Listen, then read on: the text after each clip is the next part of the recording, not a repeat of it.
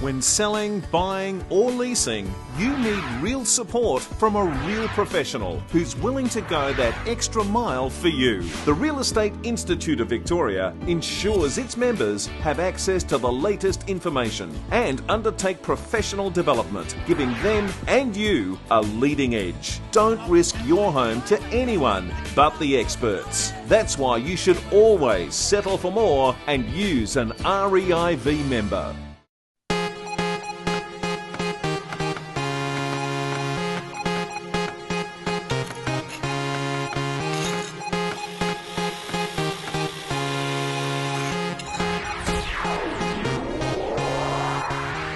Hi, I'm Des Dowling. Welcome to Melbourne Property TV. Today we're down on the beautiful Mornington Peninsula watching the ferry come in at Sorrento. On today's show, our panel will give you some tips on how to bid at auction, and we'll also take a look at holiday houses and how they've changed over the past decade. But first, here's the market wrap. Time! So!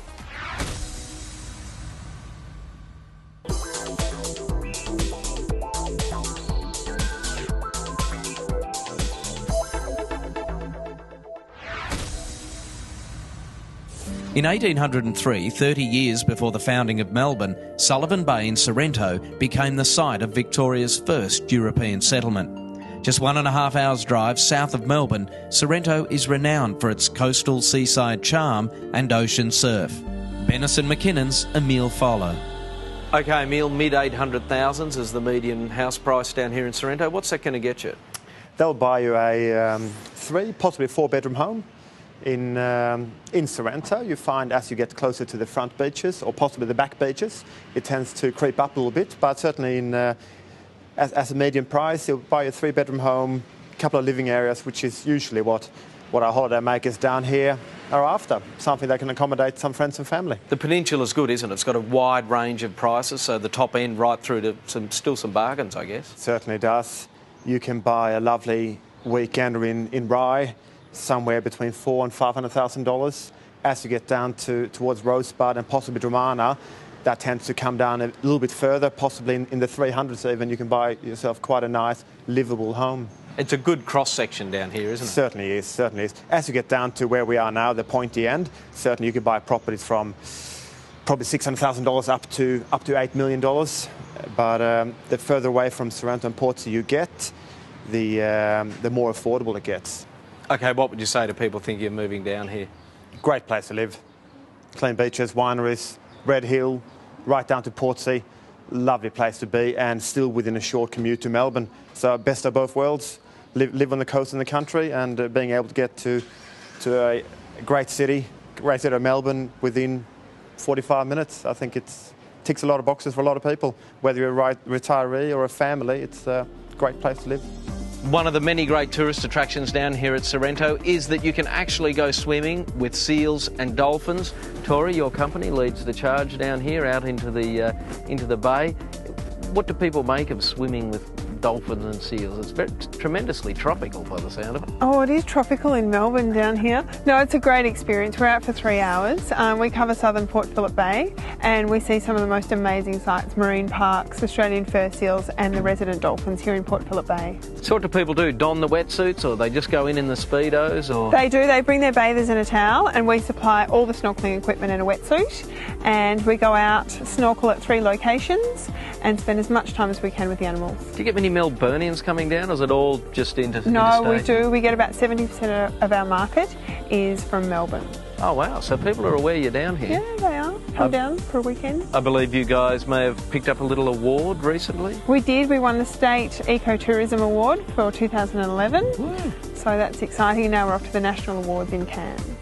How prolific are the dolphins and seals out here? Every time you go out, you manage to see them? We don't see the dolphins on every cruise, but there's over 120 resident dolphins here in Port Phillip Bay. The seals, of course, we see every day, and the marine park. It's a stationary park, so there's lots of fish, lots of marine life and birds, so it's a great trip. Thanks for that, Tori. Well, if you've always wanted to swim with the dolphins or the seals, you don't have to go all the way to Queensland. Just come down here to Sorrento and see Tori at Moonraker Seal and Dolphin Swims. Josh, it's always got the holiday feel down here at Sorrento, doesn't it? Look at it, blue sky, people sort of wandering along the streets, enjoying themselves. It absolutely does, and it's sunny every day. I tell people that. Is it? Only rains at night. Yep. But really, it is just such a magnificent village. The weekend is busy here. It's such a draw attraction, this main street. Easy accessibility with the road infrastructure and, of course, the Queenscliff Ferry too. We've already had 8 sales for this month, and we're halfway through the month. So if the market's quiet, we're not seeing it. Who's moving into the area then? What's the demographic? Sure. Really, we deal with really 3 different types of buyers. We have transitional buyers that are looking to, the downsizers. We've got our holiday buyers, and obviously still our permanents that are either upgrading or downsizing in the area.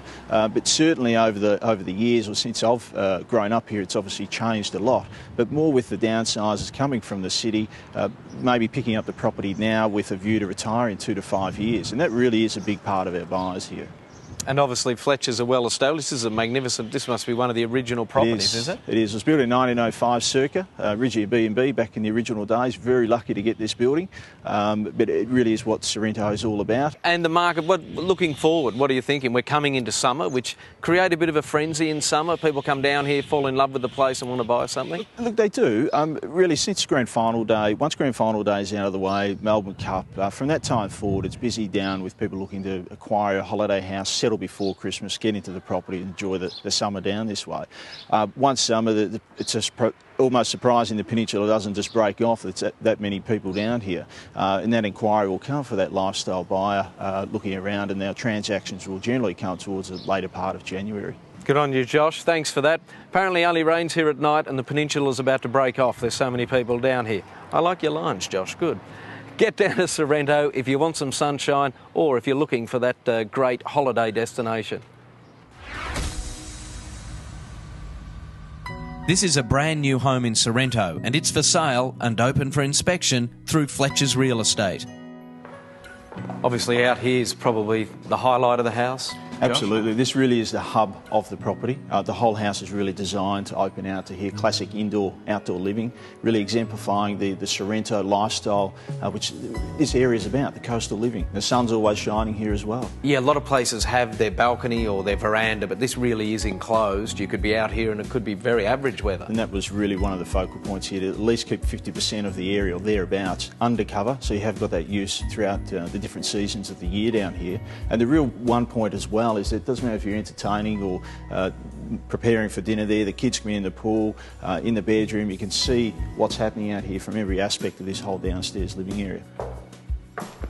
Like the rest of the house, the kitchen, very impressive, Josh. Can't see a fridge, can't see a pantry. Absolutely. This really is the foundation of this room, opening out to the pool area with such a quality kitchen with Calcutta stone, integrated appliances that you mentioned, plus a full butler's pantry in there.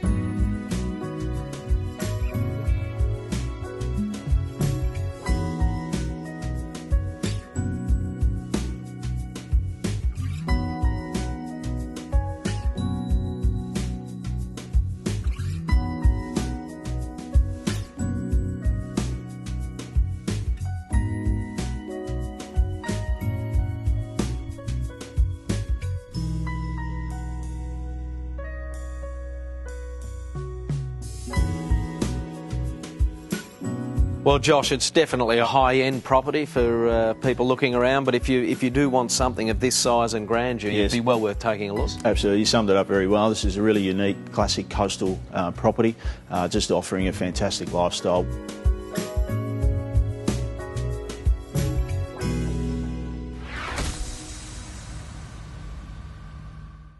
When selling, buying or leasing, you need real support from a real professional who's willing to go that extra mile for you. The Real Estate Institute of Victoria ensures its members have access to the latest information and undertake professional development, giving them and you a leading edge. Don't risk your home to anyone but the experts. That's why you should always settle for more and use an REIV member. Welcome back to Melbourne Property TV. Joining me on the panel today from Fletchers Real Estate, Tim Fletcher, from the Real Estate Institute of Victoria, Robert Larocca, and Phil Manning from WBP Property. Phil, today we're talking about buying at auction. Now, you guys obviously do a lot of that for your clients. What are the tips you give them on the day? There are 3 tips, and I suppose the first tip is don't come mob-handed. Don't bring an entourage. Just turn up on the day with just yourself and your partner. Right, understated. Understated. Look, so many times I see people arrive at the gate and the best girlfriend comes along, you know, then the parents of her come along and then the brother arrives. Emotions are out of control. Look, you know, they're under so much pressure. They give themselves away with over interest, and I target those people when I stand near them during the auction. So don't do that, and that's the first thing. The second thing I would say would have a limit, but seriously have some flexibility around that limit. I think it's so important for people to understand that if they just miss a property by $10,000 or $15,000, they can often regret it. Have your target limit, but have a sort of a secondary limit in mind so that you can move into that secondary limit without a big conference while Tim's walking towards them saying, once, twice, are you all done? Have that ready, have that done beforehand. And the third tip I would definitely recommend is engage the auctioneer and during the auction process. If you're there to buy a property in today's market, it's useless standing back and saying nothing. There's nothing worse than a property, as we've seen frequently, and Tim will attest to this, where they're being passed in without bids. You've got to become engaged in the auction process, get the first right of refusal to negotiate at the auction. You're doing no favours at all by waiting back, holding back, making the vendor suffer. Engage the auctioneer. Tim? I think that's all very good advice, but I think one of the greatest misunderstandings about the auction system in terms of the buying public is that they think they're competing against the auctioneer. Nice. But they're not. They're competing against the other bidders, and they lose sight of that. So but aren't you trying to get the best possible price for your vendor? Well, so they're a little bit competing against you, aren't they? Not to go as high as you want them to. Yeah, sure. I'm not unashamed about the fact that I'm out to get the last drop out of their pocket, and if they spend more, well, that's their problem, you know. But no doubt about that. But in terms of bidding, if you want to buy a property and buy it as well as you can, which is what their objective is, my agenda's different, psych the other buyers out of it. And there are a number of things you can do. I agree. All those things you said, Phil, don't do those sort of things. But make sure that you get into the bidding, because you won't get a property onto the market unless you bid. That's engaging the auctioneer, engaging the public. If you stand back and wait, as many people do, nothing happens. And I say to people, if you don't bid, the property won't come onto the market. The worst thing that could happen is you buy the property for the price you want it to pay. Yeah. And it's more transparent, I guess, than you have to, it's passed in, you go into negotiations, you don't know what's happening around you, whereas during the auction process, you know who's bidding and you know where it's all sitting. Well, it's all very transparent, particularly when it comes onto the market, and people often wait until the magical words are announced, and that is it on the market, is it to be sold? Again, unless they bid, it doesn't get to that situation. A property won't come onto the market. So you've got to bid. Even if there's a vendor bid and you feel it's worth that or more, make a bid, because that's the only way you'll get the property onto the market. I completely agree with all that Tim says, because even though I'm coming from a buyer's point of view, because I'm a buyer's advocate and I represent buyers all the time in auctions, but it's most important that they understand that the auction system, if you understand it and if you've got the experience to work with it, it's an extremely fair and open system. It's way fairer than the alternative, which is post-auction, where Tim's in control of the offer flow, when the to and fro on the negotiation. At the auction, you're there. You can physically see the other buyer. You can hear their bid. You can judge how keen they are by the rises of those bids and how fast those bids are coming. It's a much better situation for a negotiation because it's out there on the front lawn or on the street. It couldn't be a fairer system. It's a bit of what you've both been saying, is that buyers have got to understand when they attend an auction what the notion of value is. in a residential auction setting. You know, value is how much you pay, is not necessarily what you want to pay for it, it's what the other person wants to pay for it. And we see this all the time, that people struggle with that notion of what something is worth. You know, property is not like a loaf of bread. When you go into the supermarket, there's a price on it, you can take it out of the shop for that price. The price is determined by the other people in the room or outside the house. So, you know, the idea of having a limit is fantastic and incredibly important. Understanding where you can go, and realising that at the end of the day you just may not get that property because someone else wants to pay more for it because it's worth more to them than it is to you, and they've got a bigger wallet.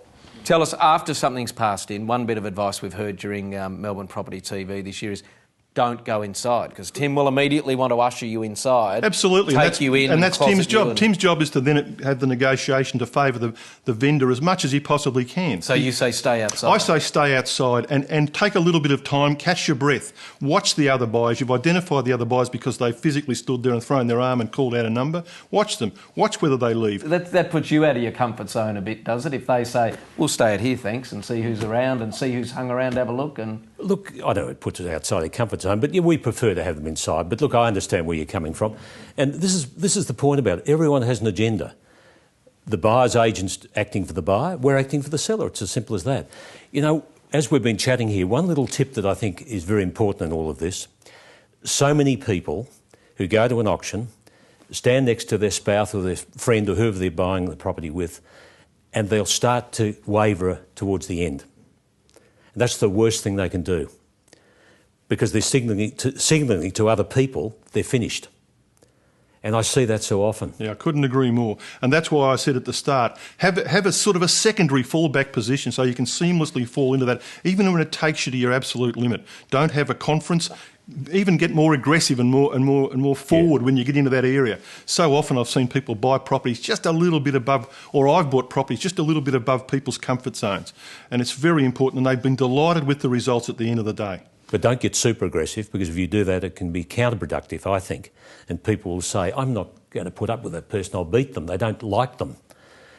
So that's important. But there's a good argument for the buyer's agent here too. Of course. I know.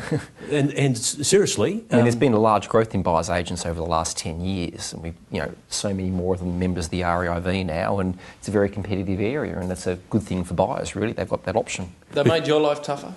No, we love it when buyer's agents come along, because we know there were genuine bidders there, because people play games, you know, whether they're going to buy or not. And Tim, I think you'd also acknowledge that having a buyer's advocate in the bidding crowd, you'd at least have got one buyer there that's completely educated to the auction system, is completely prepared, understands values, and has probably got the confidence to really participate. And probably which is obviously to the benefit of your vendor. I was going to say, it probably helps you get things going and actually gets the auction process moving. But as we said earlier, if it doesn't get going and it gets passed in and you've got 3 or 4 people wanting to negotiate, like it or not, it can get messy. You can be as fair as possible to all parties, but it's not as transparent. Gentlemen, thanks for joining us on Melbourne Property TV. There you have it. If you're at auction, get some ground rules down, as Phil said, and make sure you do your homework. Watch the ships go sailing by from your deck. Walk to the beach. This is a great opportunity to buy into Sorrento, modernised with 2 living areas, 4 bedrooms. It's private and tranquil. This is luxurious apartment living in Toorak. This fully renovated unit has 3 bedrooms and big living spaces. And check out this north-facing balcony. How much is it worth? If you think you know, play Property Tycoon to test your knowledge.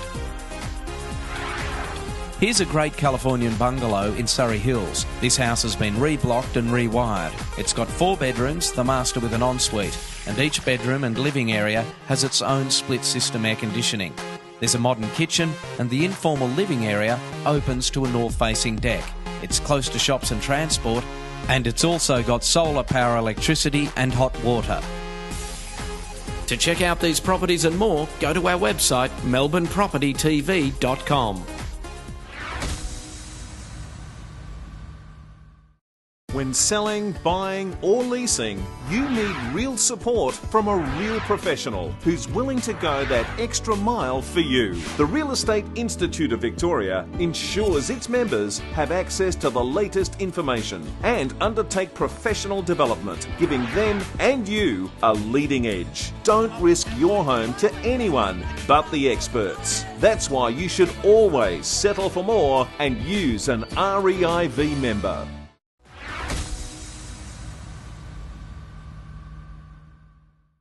Tim, the first thing to suffer in a bit of a downturn is often the holiday housing market. How's it bearing up?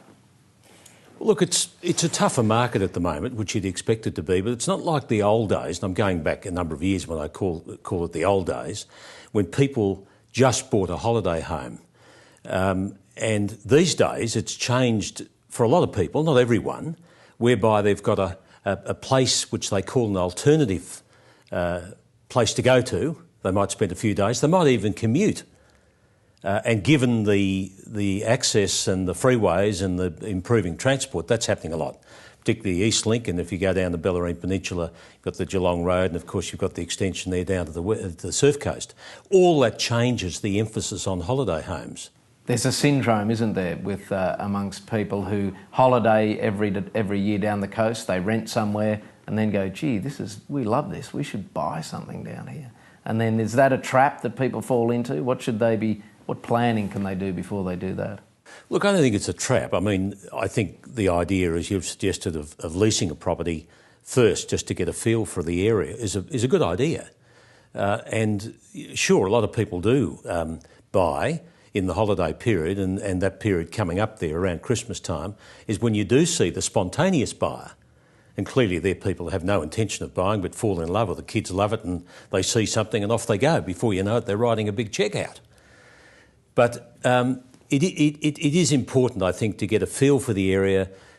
Don't jump in, because if you do, again, it's a very costly exercise to exit the whole thing. So if you're prudent about it, and you think hard about it, and you get the right sort of property that's close to the beach, if you're going seaside, and close to the shops, and it's got a good floor plan, I don't think you'll go wrong in terms of your investment and in terms of the lifestyle it provides for you. Don't necessarily buy the first thing you see, though. No, but if you do fall in love with it and you give it an 8 out of 10... And it meets your criteria. It meets your criteria. Don't wait for the 9 out of 10 or the 10 out of 10, because it won't happen. Where's there some value left in the market, or where are the hot spots at the moment for people looking out?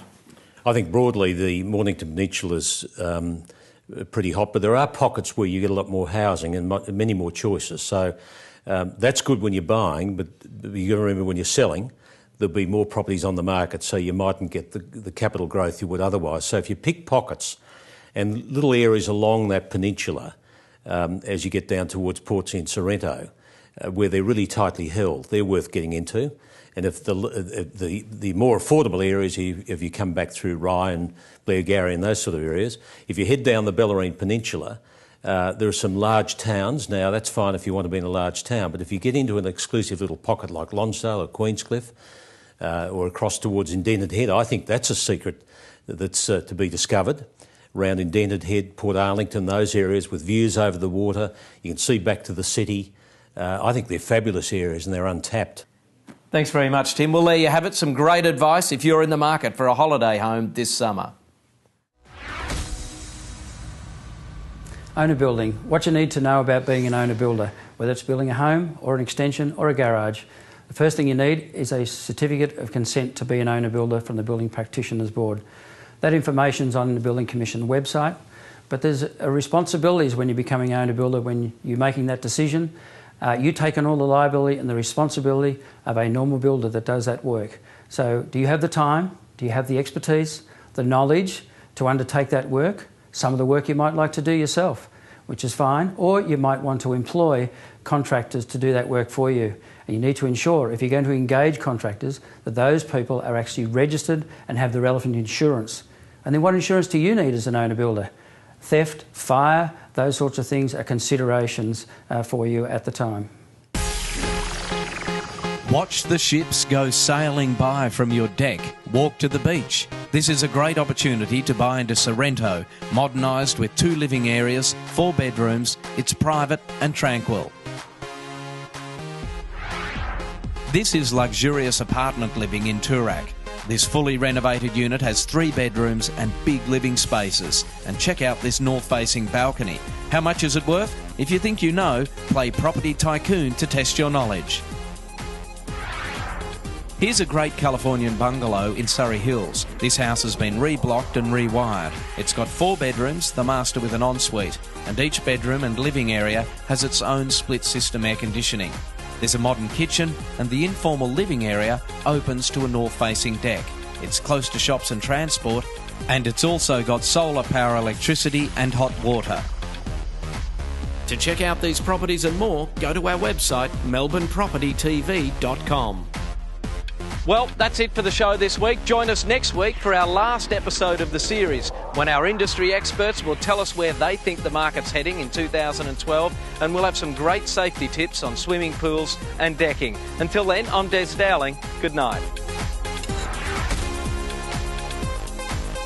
Also on next week's show, news of a big new development in Richmond.